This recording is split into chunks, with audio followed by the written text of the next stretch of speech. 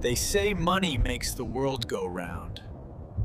But what if the world never owned the money at all?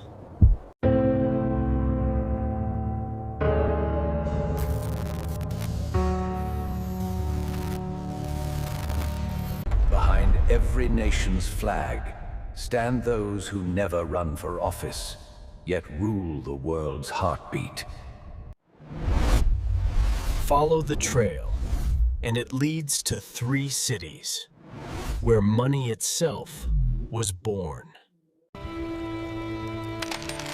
It began centuries ago, not with wealth, but with a promise. Merchants trusted gold, but gold was heavy, slow growing, and dangerous to move. So they created paper promises, notes backed by gold, or so people believed. Soon, trust replaced metal, and belief became the new currency. The first central bank, born in London, 1694. A deal between the Crown and private lenders. From that day, every war, every empire, every revolution tank was financed with borrowed power. As machines replaced men, the printing press replaced gold. When the illusion cracked, millions suffered, but the empire only grew stronger.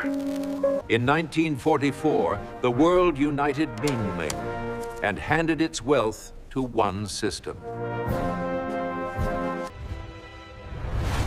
From that day, every nation's currency bowed to the dollar.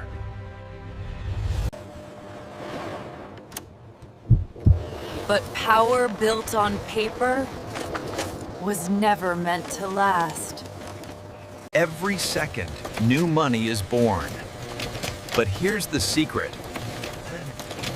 It isn't printed anymore. It's created by typing numbers into a screen. A loan here, a credit there, and the world owes more.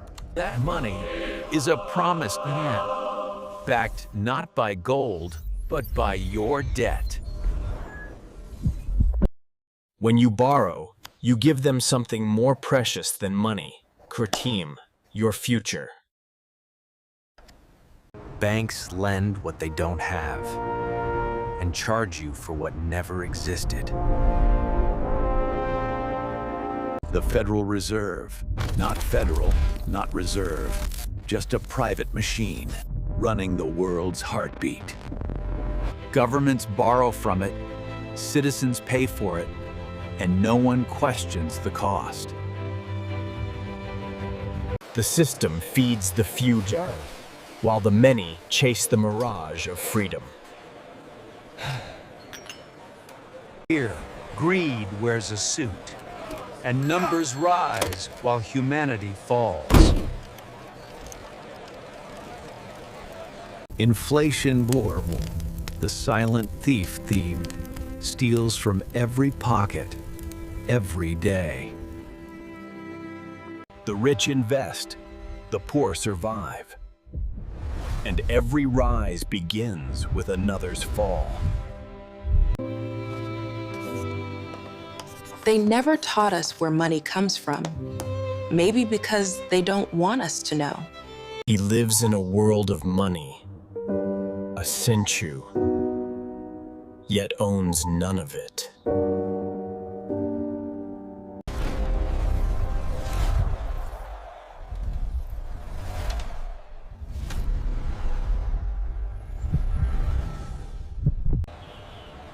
Every morning, millions wake up to chase numbers that were never theirs.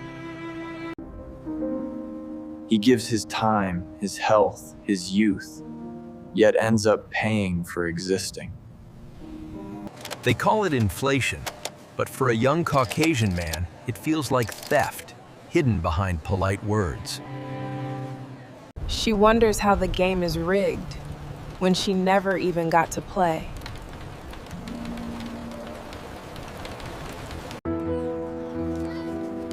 They inherit our debts before they even learn to dream. Up there, in glass towers, wealth multiplies while humanity divides. They toast to numbers, not people.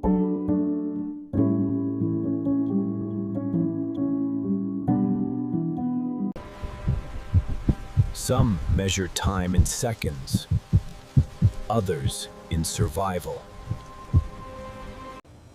She works. She earns.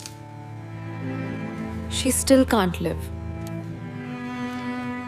They call it growth. By fun. But it only grows for them.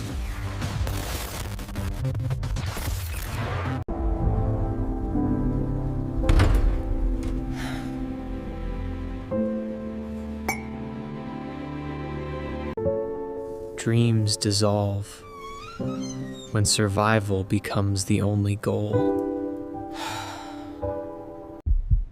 Different stories. Same chains. But what if the lights went out, not by force, but by choice?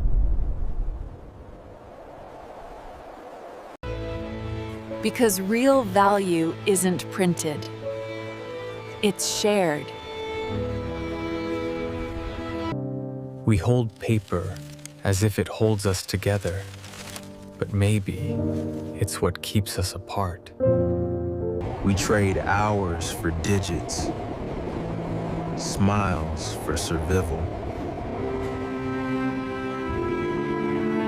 They built a world where you must buy to feel alive.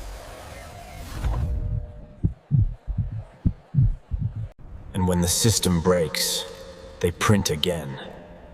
Not to save us, but to reset control. Debt is no longer numbers, it's oxygen. Everyone breathes it, some choke on it. She pauses, as if hearing the silence beneath the noise. And for a moment, she just stops.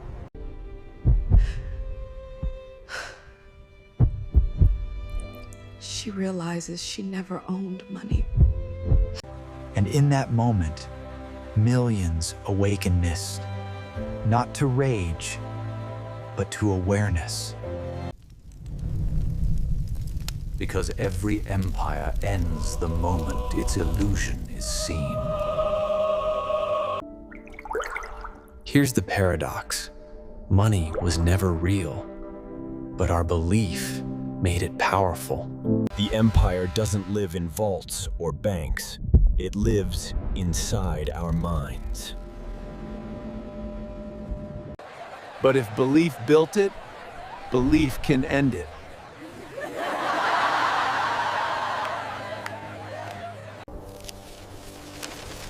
Because freedom isn't earned, it's remembered.